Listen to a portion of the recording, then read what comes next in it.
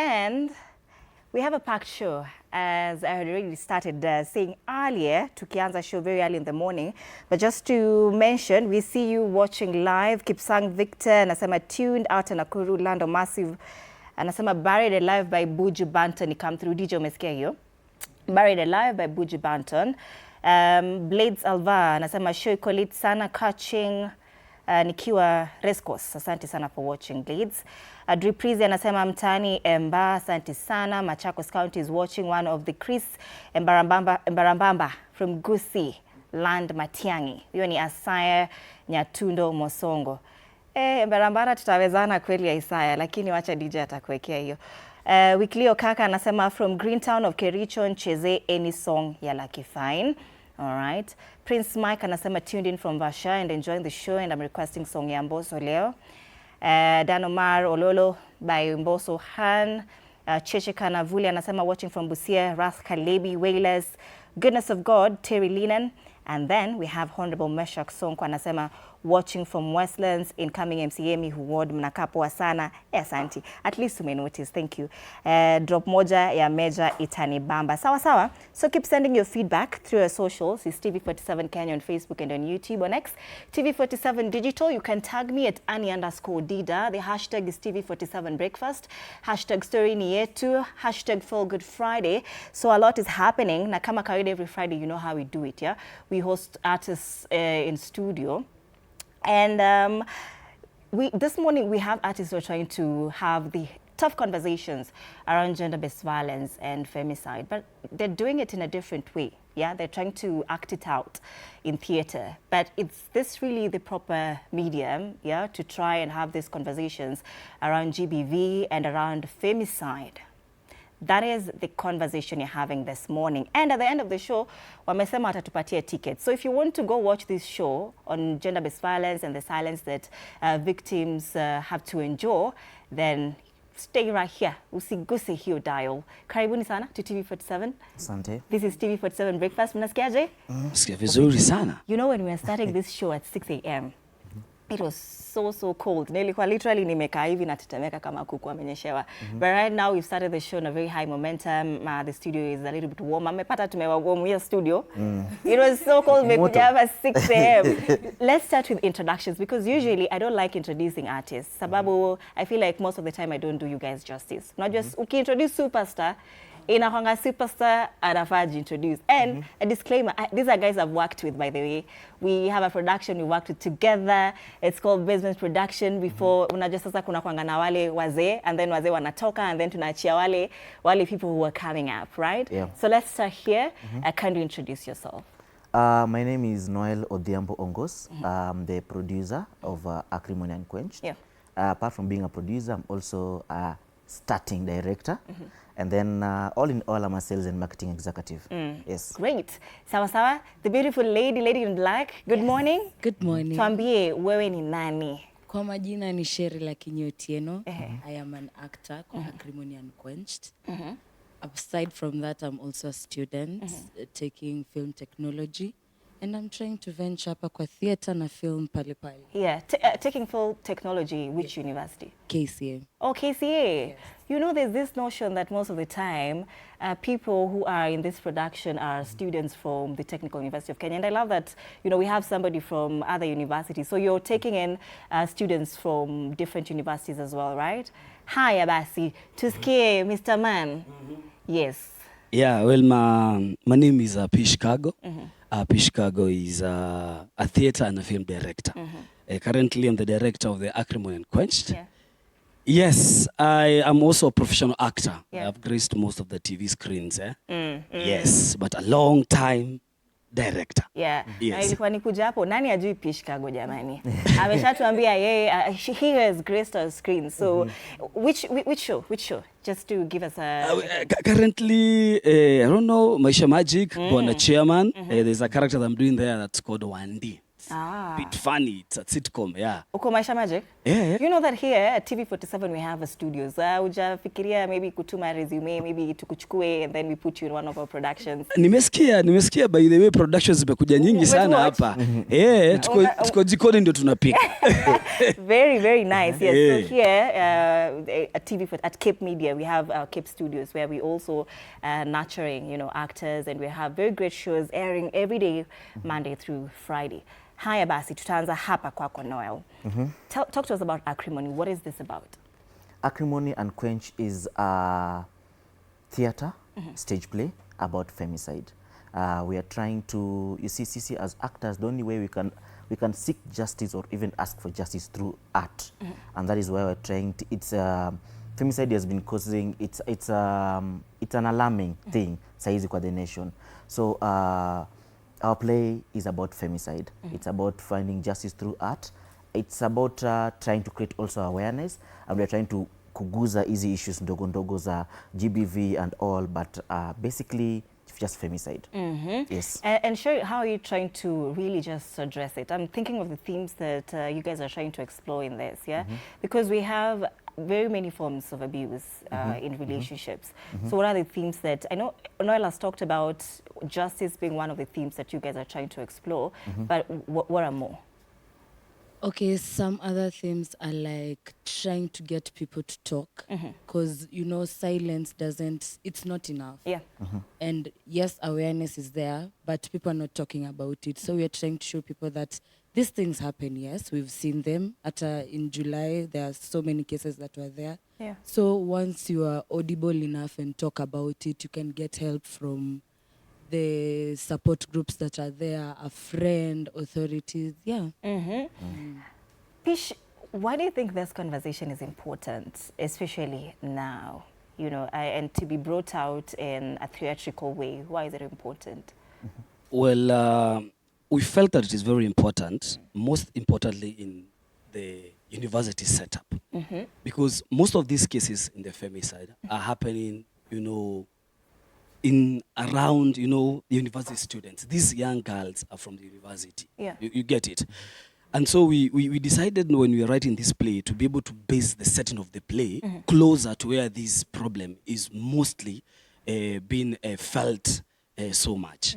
You get it? Yeah. Recently, like last month, we had that issue about, people went to town, demonstrate about these things about femicide and stuff. And most of the time, people keep on demonstrations, but nothing is happening. Right. So our scenario here, or what our projection is, that this play, we're not going only to perform it once, but it's our wish that we travel around the country, in the universities, in some auditoriums, to get, these people who, are being affected, to get a chance, maybe they can come out and be able now to speak up about this incident. Because there are some people who are close to, being victims of femicide. Lakini wameponea chupu kidogo vile. No, they can be able to speak up. Because in this play, it's not about the killer or the person who's committing, this monstrosity. It's about the people who are around this victim. What do you feel? We have got a role to play, all of us, from the parent, from that friend who is close to you, okay? From, the system in terms of, the security people around you, the institution who, the people are championing about this femicide. Yeah. So that is what is happening in that play. Amazing. And now as Pish puts it, that this is something that tumeona pia protests, across counties, in the streets, people are trying to call out the issue of femicide. But again, as he says, that nothing is being done about it. So do you think this is the right channel, the right medium to try and talk about femicide as a national crisis? And will it be, will it reach the audience that it needs to reach? Do you think so? I think it will, because first of all, our target audience is everyone, because femicide affects everyone. It affects politicians, affects churches, it affects young people, and affects Kilamse. So I think this is the right media channel, because we, as a society, we've tried other forms, but they have not been working. So what if we try and go this way? Because it also affects sisi kama actors.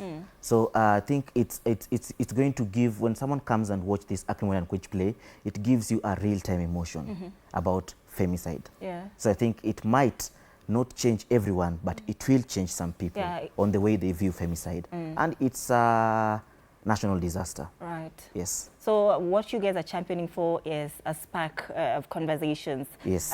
So that we can speak more about femicide and call it out. Yeah. Cheryl, talk to us about the character you're playing in Acrimony Unquenched. Okay, my character is Cheryl, the name Cheryl. So Cheryl is a friend to the deceased, and she's not going to stay silent about what happened to her. We've tried to tell the school we have to acknowledge the fact that we've lost our friend. Don't push other programs, but for them, hawataki kusikia. So hamtaki kusikia. Mtasikia by force. And we should do something about it. Right. Not just stay silent.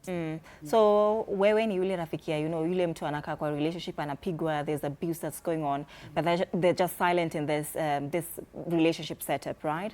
Pish, talk to us how you select, the actors to bring out this conversation, because sometimes that's a challenge, yeah? How to pick Cheryl here to act, the character of Sherry, a friend to the victim, and not her as a victim. How do you go about that selection?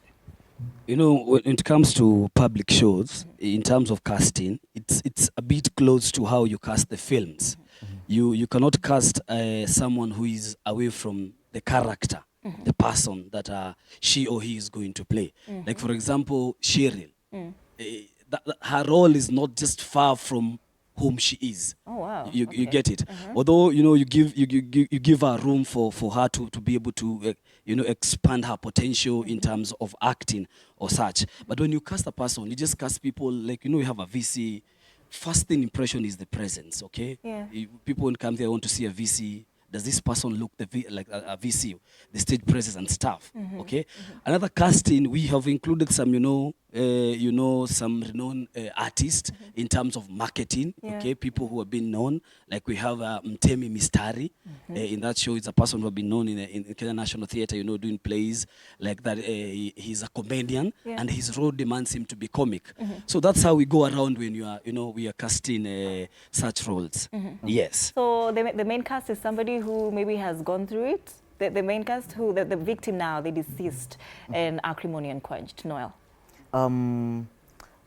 She's not somebody who has gone through it, but she's somebody who's advocating for justice. Well, it's something that it surrounds everyone. Yeah. Though we actually have actors who have actually gone through it, it might, you see, GBV and femicide is not just physical, it's emotional, it can be even financial, you get. So we are bringing out, the meaning of acrimony itself, it's pain. So it's a pain that we go on a daily basis, challenges we have as actors, and then more so I think the surrounding main topic, that is femicide. So there are actually actors who are have gone through it, and we've done our research, we've listened to the stories, and of course the trending and everything, and we think this is actually the right play to watch at this particular moment. All right. Yeah. Sure. Why do you think femicide is still on the rise despite the constant conversations that we are having around femicide? Okay, first of all, it's fear. Because Fear of what? What unaogopa nini? Hujui, umse amekuja kakuambia tu jokingly, amemake joke yenye imekudunga sana, but you just let it slide. Amekuja kakuambia, wewe siku moja nitakuua. Sasa, okay, ni sawa ameniambia, but nikitoka ataniua ukweli ama alikuwa naisema tu. So first of all, there is fear. Second of all, unaona venye the society imeweka watu kama you're in a relationship, you have to put family first. As much as this man anakupiga, as much as your boyfriend anakuabuse, you have to stay there. So we have to change that. And the moment we change that, I promise the numbers won't rise. Some other things are like money. Let's say if I get someone who will support me and he's there for me, because zingine ni ngumu. Heri kulia kwa Range Rover. Kwani you guys change that thing? Heri kulia kwa Range Rover. Hey, yes. Yes. So money pia is also a value, and then not having trustful friends. Because I can have a problem with my man. And then I come tell you, hey, mseme nipiga, alafu niambie, he's a good man, Savannah. Just stay there. He'll give you the money. So utapanguza machozi na dola. So calm down. Right. I think those are the keys. And Cheryl is such an actor. Mbona vile umetufanyia kasini? Ati you know, you cry, you tell your, okay, we see you. So this is what, just a feel of what we'll be getting, you know, from Acrimony and Quench Church. Yes. Pish, nataka uchangie pia on that particular point. Yes. Why Also, are we having a rise in these cases despite conversations? what I feel, it is the narrative that comes after the incidents. Msichana amekufa, amepatikana, ameambiwa labda, maybe to use that word, Yeah. ile, you know, it's through maybe prostitution and stuff. You get the narrative that comes from it.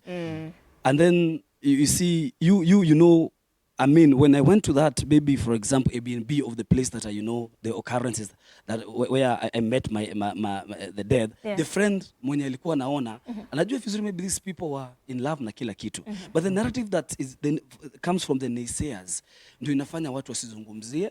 Ama sometimes they make even the institution that, you know, fight this thing, they fear kind of, or they refuse to talk about it because they are not sure about it. You get it? Another thing is, and it is in our play, some of these incidents, and you are hitting when you watch our play, it is an occurrence that happened some years back, where a top politician was found, you know, being responsible for the death of a university girl. It is in the play actually, and actually we are doing that story. It is there. That is what Acrimony and Quench is all about. So it depends on who is this culprit, how big he is, how powerful he is. So sometimes if he's powerful enough, you know, they shut down the investigation and stuff. You know, hakuna kitu inaendelea pale mbele in terms of investigation. Inaanza kidogo kidogo, you found out the lady was, you know, alikuwa na makosa. Yeah. Unapata? Yes. So what inspired the creation of Acrimony and Quench? You know, Pisha amesema something quite interesting. That there's a story about a politician, how big he is, and then how that case is going. So what really inspired the creation of Acrimony and Quench? Nini ilifanya and who is the writer of this show, as you respond to that? The writer of this amazing script is Emmanuel Chindia. I'm an amazing friend of the production, and also we've done with him a lot of production, the other productions, but he's Emmanuel Chindia. Yes. So what really inspired this creation by Emmanuel? Acrimony and Quench was inspired by the rising cases of femicide. As the director said that hiyo case ya politician. So from our research tumechukua almost each and every cases of femicide tumesikia about. So it's the rising alarm, the need to create awareness, the need to actually tell everyone, even the theater platform stage, that this is a national disaster. So that is our main inspiration from. Yes. Your point, your politician ilinigusa. Because now I'd love to know how you guys are trying to, you know, champion for justice in such a case, now that you're acting it out as well. What happens in the end? Do they get justice when now this politician is involved in Acrimony and Quenched? Is there justice, Cheryl? Yeah, justice is served.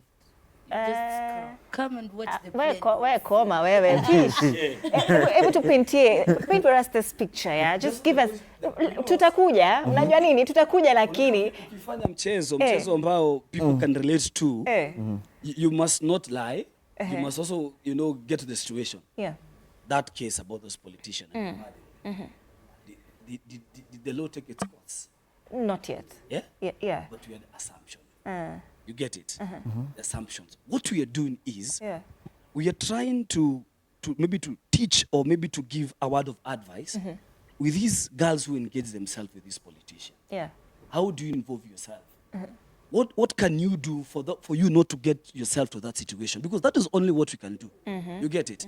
But now, in terms of maybe getting, you know, the 100% justice now, we need now it need to start with you, yourself, the friend who was there, with the victim who was there. Can you be able to speak out?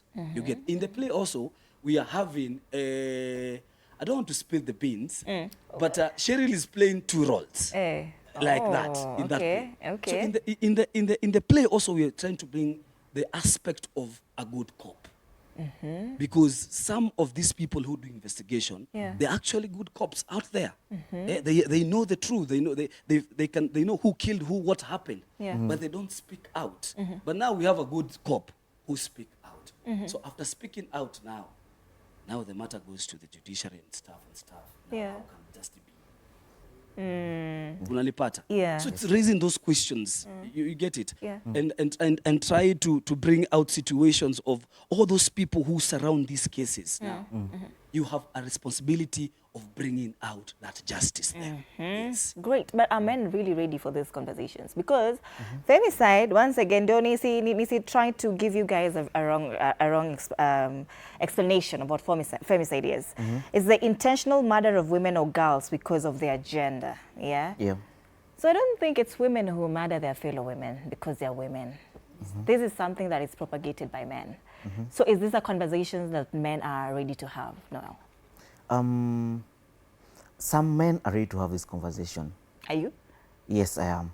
I mean, I'm the producer of Akumen and Quench. I'm a man. Yes. He's the director of Akumen and Quench Femicide, fighting for justice through art. He is a man. So I believe that there are about 70% or 60% or 90% men out there like me who are actually trying to bring this story out. But of course, yes, I believe there are actually men who are ready to have this conversation. Fish. Why? How wengine mbona hawako ready to have these conversations about femicide? Is it about toxic masculinity or what? Because every time we talk about femicide, you'd always hear somebody ask, alikuwa na nini, or alikuwa amekula pesa ya nani, and it's always said by men. Yeah. Yeah. So this other percentage of men who are not ready to have these conversations about femicide, why aren't they ready to have these conversations? It's because, in my perception, men are suffering from these ladies. Sometimes the perception that comes in, it's a point that we can debate in. That in a situation where it's found out, I talked about the narrative. The narrative comes in out that the lady was using the man, and the man did it out of anger. You know, sometimes some of men who don't understand, they try to side up with the man. You get it? Because maybe in the day-to-day life, they also go through the same conversation. But since we have grown up in this era, we have seen a lot of men coming up to champion this thing because it is affecting our sisters. It's affecting our female friends. The conversation. You know, the parents are paining. You see, when you lose, it's not only your mother who will have that pain, it's also your dad who will have that pain of losing a daughter. Yeah. Yes. Who is failing who, Cheryl, in these conversations about femicide? It's 50-50. We are failing ourselves. The system is failing us. Our brothers, our parents are failing us because, let's say, God forbid, something happens to me, ifikie mzazi. Anaweza danganywa kidogo anyamaze. But kuna wazazi wengine wata put it out there, lazima justice happened. So many cases have happened about femicide and so many families have gone silent about it. Like imeisha tu out of the blues. And the system, I feel if the system could help us so much, like in case there are these cases wakuja waseme hapana, this and this is supposed to happen, this rule is supposed to happen. I think we will be so safe because currently in Kenya, like on June, it was so unsafe. It was scary to stay in Kenya. Well, that's really a sad state of affairs if you put it that way. But Pish, we're coming to the end of this conversation, yeah? Why should we come and witness Acrimony Unquenched? Mbona nitoke kwangu usiku na kuja kuwatch Acrimony? Kitu ya kwanza, you know some of people, mnasikizaga story ya femicide. You don't understand how it happens. To a spot where now we talking about a dead girl. We are creating that process from the beginning and giving us the reason why some of these ladies, they found themselves in such situation. You get it? We are creating a space where you as a friend, when you realize this particular lady is subjecting herself to the situation, there's a way you can be able to help the situation before it escalates further to death. Sindio? Lakini pia the other thing is to push the government too. You get it? Like for example, last year, 2025, South Africa declared GBV and femicide a national disaster. You know, in the Kenya, they had a committee that talked about, and they gave out a report. Yeah. But since today, it has not yet been actualized. That's why you see those demonstrations that were there, were just for few people, no government official, no CS, no anybody else would be able to speak up like that. So I want people to come and watch Acrimony and Quench, so that we can all know in a ways we can be able to become the voice of reason for these ladies who are losing their lives just because, you know, they found themselves in situation in terms of love. It is not bad to love. It's not bad to engage with an older person or maybe a young person. It is not bad enough. But they need to be given a good space. Yes. All right. Mapenzi haina mwenyewe. Kuna mtu Mapenzi ameimba hiyo haina ngoma. Noel, tufungie show and tell us how we can get these tickets. You said you promised our viewers that you'll be giving them tickets and how we can also get access to those tickets. So as the producer of Acrimony and Quenched and with my team, I think for your viewers, we'll be giving out today 7 complimentary tickets to your viewers.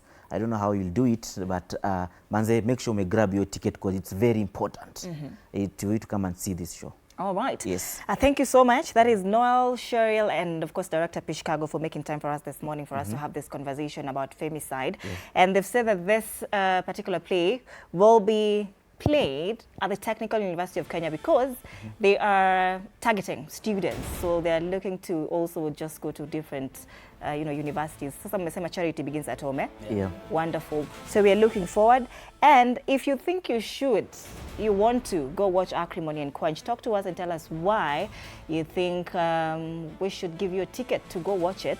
TV47 Kenya on Facebook, tuongeleshe hapo. TV47 Digital as well, and 0793267279. That's our WhatsApp line. Nitumie hapo message uniambie utataka ticket na kwa nini utataka ticket. You're watching TV47 Breakfast. That is Artist Corner. We are coming back after this short break. Stay right here.